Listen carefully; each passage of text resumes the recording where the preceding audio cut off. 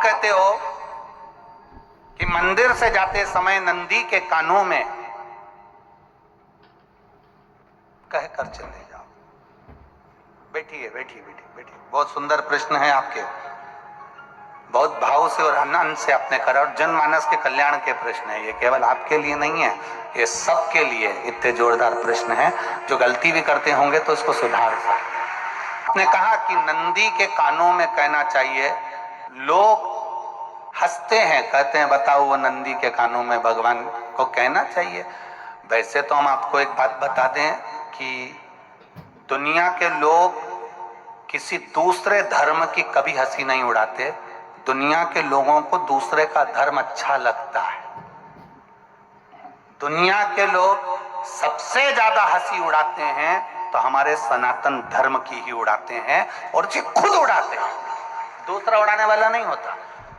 दूर के ढोल हमें समझ में आते हैं, उसका धर्म हमें समझ में आ गया, उनके क्या है ऐसा है, आओ कुछ नहीं, उनके धर्म में ऐसा है, कितना आनंद हमें दूसरे के धर्म में लग रहा है, और हमारा सनातन धर्म हमको बुरा लगता है। हमारे सनातन धर्म हमें बुरा लगने लगा। अरे भाई, लोग कहते हैं कि नंदी के कान में कहते हो, ये कोई हमारे पुराणों में या शास्त्रों में लिखा है? भगवती बहन साहू, आपको धन्यवाद देना चाहूंगा और एक बात कहना चाहूंगा।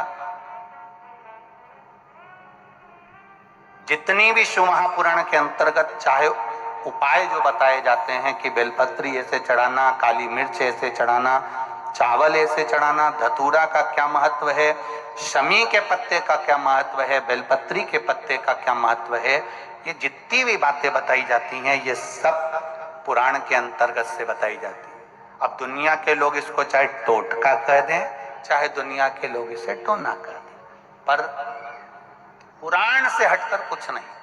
और आप लोगों को अगर बोला है कि नंदी के कान में कहकर भगवान शंकर के मन में बात पहुंचे, तो ये क्यों कहा, तो ये भी हमारी शिव महापुराण में लिखा है, जलंधर के चरित्र में। कोई आपसे कहे कि नंदी के कान में बोलने से क्या होता है, ये जलंधर का चरित्र कह रहा है। मां पार्वती जी का हस्त कमल पकड़कर जलंधर लेकर जाने लगा।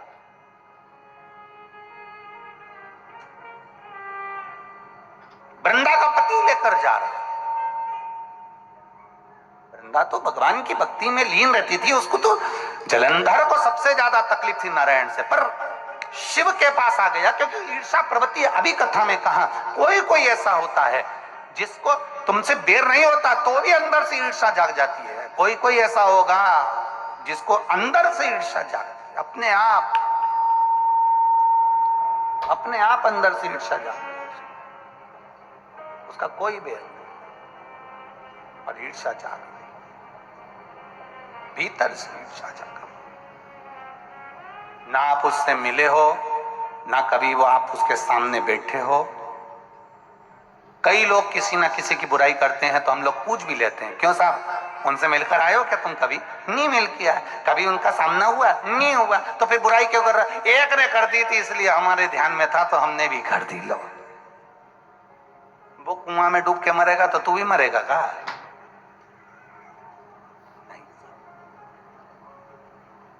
नंदी सामने बैठा है, गणेश जी को मालूम पड़ गया, कार्तिकेय को मालूम पड़ गया, मां पार्वती जी का हस्त कमल जलंधर ने पकड़ लिया और लेकर चला। मालूम पड़ गया, तब नहीं रहा गया। गणेश जी को क्रोध आ गया और गणेश जी महाराज आए, शिव जी को जगाने लगे। पिताजी पिताजी पिताजी कर कर जगाया, उठो पिताजी, पिताजी उठिए, पिताजी जागिए। पिता को जगा रहे हैं। भगवान शंकर नहीं उठे, तप में लीन थे। क्या करें हम? जलंधर के पास में इतना बल है, इतना बल है, और पिता की आज्ञा नहीं होगी तो हम कैसे मार देंगे इसको?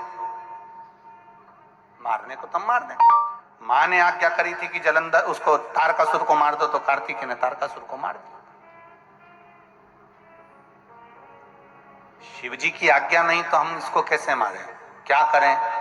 सब कुछ गणेश जी ने देख लिया, शंकर जी के ऊपर बहुत बहुत बहुत बहुत प्रार्थना कर कर देख ली, पर शंकर जी नहीं जागे। तब आखिरी में विनायक ने, गणेश ने, जितने लोग आस्था चैनल पर कथा सुन रहे हैं, जितने लोग फेसबुक यूट्यूब पर कथा सुन रहे हैं, इस बात को याद रखना कि नंदी के कान में कहने से क्या होता है वो ये इस कथा से सीख लेना। आखिरी में गणेश जी को लगा किसको कहूं, शंकर जी भी तप में है, नंदी भी तप में है, मैं किसको कहूं? शिव जी को कह के कर थक गया, पिताजी को बोल बोल कर थक गया, पिताजी जानते नहीं। अब मैं किसको कहूं ये बात, किससे कहूं?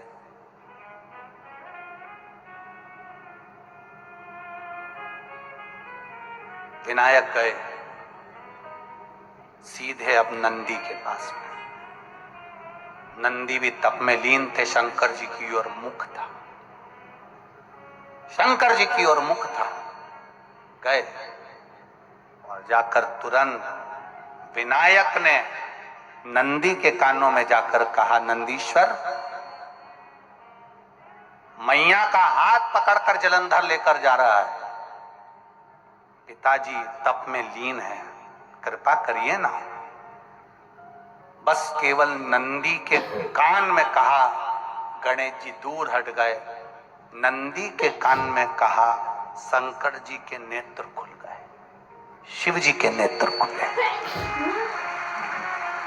ध्यान देना जरा, इस शिव महापुराण की, आशुतोष शिव महापुराण की कथा, जो कथा यहाँ कही जा रही है, यह कथा पहले के चरित्रों में सुनने को नहीं मिली होगी। जरा ध्यान देना इस संवाद पर, जितने लोग आस्था चैनल पर, जितने फेसबुक यूट्यूब पर सुन रहे हैं।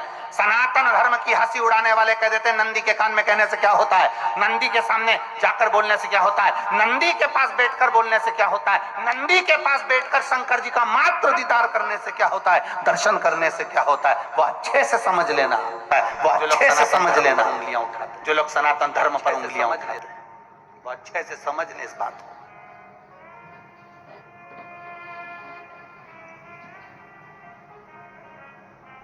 क्या होता है, नंदी तप में लीन, शिवजी तप में लीन, शिव नहीं उठ रहे। विनायक ने नंदी के कानों में जाकर कह दिया, नंदी के कान में जाकर कहा, नंदी के नेत्र नहीं खुले। नेत्र किसके खुले? जम के बोलो, महादेव के खुले, शिव जी के खुले। ये मन का तार, नंदी शंकर की आराधना कर रहे थे, शिव अपनी भक्ति में डूबे थे। यहां कहा, यहां पहुंचा, जो दिल में था उस तक बात पहुंच गई। नंदी के दिल में शिव थे, तुम कहे, नंदी ने शंकर तक बात पहुंचा दी। वो सूत्र जो बंधा था दिल से दिल तक का, वो पहुंच गया। वो सूत्र जो दिल से दिल तक बंधा हुआ था, मन से बंधा हुआ था, खबर वहां तक पहुंच गई, खबर पहुंच गई। लुटाइए, ये मौका मिला है आनंद का, दिल से प्रेम लुटाओ। नंदी से कहा, नंदी ने देवादिदेव महादेव से नहीं कहा, केवल नंदी आंख बंद कर कर बैठे थे। कहते से ही भगवान गणेश के शब्द शिव जी तक पहुंच गए, शिव जी के नेत्र खुल गए और उन्होंने जलंधर के पास पहुंचकर पार्वती जी का हस्त कमल छुड़वाया। जरा विचार करिएगा, आप नंदी से कहते हो मेरे महादेव तक बात पहुंच जाती है, आपको केवल नंदी से प्रेम से कहना है, नंदीश्वर मेरे बाबा, ए मेरे बाबा, आप रोज शिव जी को लेकर भ्रमण पर निकलते हो, मुझे बहुत दुख है, आप मेरे दुख को मिटाने के लिए मेरे दरवाजे पर क्यों नहीं आते? नंदीश्वर से कहा, शिव जी तक बात पहुंच जाएगी, शंकर के नेत्र आपके लिए खुल जाएंगे और महादेव आपके यहाँ खड़ा मिलेगा, मेरा महादेव आपके पास में खड़ा मिलेगा। आशुतोष महापुराण की कथा कहती है, लोग कहते हैं नंदी को कहने से क्या होता है, ये शिव पुराण कह रही है, कहा वहां तक पहुंचा, दिल से दिल का कंटेक्ट। हम कई बार कहे आपको, आप लोगों ने सुना होगा शिव महापुराण में कि बहुत दुख हो जिंदगी का, बहुत दुख तकलीफ, जैसे वो बहन ने लिखा, मेरे कर्जे में लतालुम हो गई, तकलीफ पड़ गई, शरीर का रोग था, 15-20 साल हो गए, आराम नहीं, बेटे भी व्यसन में डूबने लगे क्योंकि कर्जा बढ़ गया। टेंशन में रहेगा आदमी तो गलत संगत की ओर चला जाता। व्यसन में आदमी पड़ने लगा केवल टेंशन के चक्कर में। और आखिरी में हुआ क्या? शिव तत्व को जाना। आपसे भी निवेदन है, जब दुख की घड़ी अपार हो, समस्या बड़ी हो, बहुत तकलीफ हो, बहुत कष्ट हो, एक लोटा जल जब महादेव को चढ़ाने के लिए जाओ, चढ़ाकर 2 क्षण मंदिर के अंदर नंदी के पास 2 क्षण बैठकर मेरे महादेव को निहारना। अपने दिल की बात उसके पास में बैठकर नहीं भी कहोगे ना तो नंदी के पास मात्र बैठ भी गए, उस नंदीश्वर के पास मात्र बैठ गए तो वो तुम्हारे दिल की बात समझ जाएगा। तकलीफ पड़ गई ना, कोई बात नहीं, दवाई खाओ, डॉक्टर को दिखाओ, पर एक बार उस जल को शिव जी पे चढ़ाओ। चढ़ाकर जल लेकर जब घर जा रहे हो 2 क्षण मेरे नंदीश्वर के पास में बैठ जाओ। नी भी कुछ कहना है मत कहो, एक बार उसके करीब में बैठकर दिल से मन से मेरे महादेव से जो कहना चाहती हो बस मन में भी धर लिया तो मेरे नंदी ने सुनकर वो महादेव से कह दिया, दुनिया का सबसे ज्यादा तप करने वाला, समाधि में लगने वाला, साधना करने वाला, व्रत करने वाला, उपवास करने वाला, तप साधना में लीन होने वाला कोई है तो वो नंदीश्वर है। साधना में लीन होने वाला कोई है तो वो नंदीश्वर है, जो शिव जी के सामने बैठकर उनके सामने हमेशा सामने मुख कर कर तप में लीन रहे। कितने लोग हैं जो भगवान नंदी के कानों में कुछ कहकर आते हैं? बोले हो कभी? सीधे बोल देते हो क्या जाकर? नंदी के कानों में कहने का भी एक तरीका है, आप लोगों को मालूम होगा वो तरीका? नहीं मालूम? बेलपत्री की जो डंडी रहती है ना, बीच का जो भाग है, ध्यान दी ना जरा सा, ये बीच की जो डंडी है, फिर से देखिए, बेलपत्री के 2 पत्ते और उसके पास में जो बीच की जो डंडी का भाग, पास में जो बीच की जो डंडी का भाग है, दिख रहा है आप लोगों को? ये 2 डंडी, ये बीच की 2 पत्ती और उसके बीच में जो 2 डंडी का भाग, आप लोगों को मालूम होगा वो तरीका? नहीं मालूम? बेलपत्री की जो डंडी रहती है ना, बीच का जो भाग है, ध्यान दी ना जरा सा, ये बीच की जो डंडी है, फिर से देखिए, बेलपत्री के 2 पत्ते और उसके पास में जो बीच की जो डंडी का भाग है, दिख रहा है आप लोगों को? ये 2 डंडी, ये बीच की 2 पत्ती और उसके बीच में जो 2 डंडी का भाग होता है। जब हम देवादिदेव महादेव से कोई बात कहने वाले होते हैं ना कि बाबा बहुत दुखी हूँ, बाबा बहुत तकलीफ चल रही है, बाबा मैंने कंपटीशन एग्जाम में परीक्षा दी है, बाबा मेरे जीवन में ये तकलीफ हो रही है, बाबा, तब इस बेलपत्री की जो ये डंडी होती है, इस उंगली से, इस अंगुष्ठ से इस डंडी को पकड़ा जाता है और बाबा के कर्ण में कहने से पहले ये हाथ को नंदी के ऊपर रखकर फिर हम बाबा के नंदी के कानों में कहते हैं और चलते समय इस बेलपत्र को अशोक सुंदरी की जगह पर चढ़ाकर वापिस सजाते हैं। देवादिदेव महादेव को पार्वती की बात मानना ही पड़ती है और वो कहना ही। ये बेलपत्र की महत्व,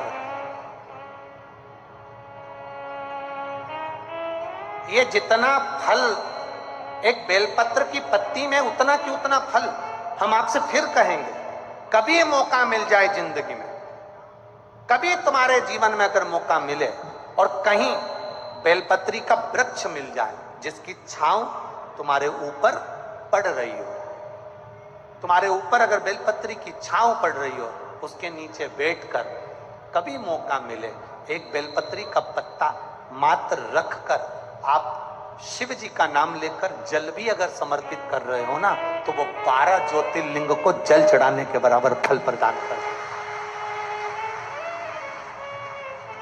एक बेलपत्री का पत्ता, एक बेलपत्री का वृक्ष, एक बेलपत्री के वृक्ष की छांव हमारे जीवन को कृतार्थ कर देती है, धन्य कर देती है, कृतार्थ। तो जिस जगह पर नंदी मेरे मंदिर के बाहर बैठा रहेगा,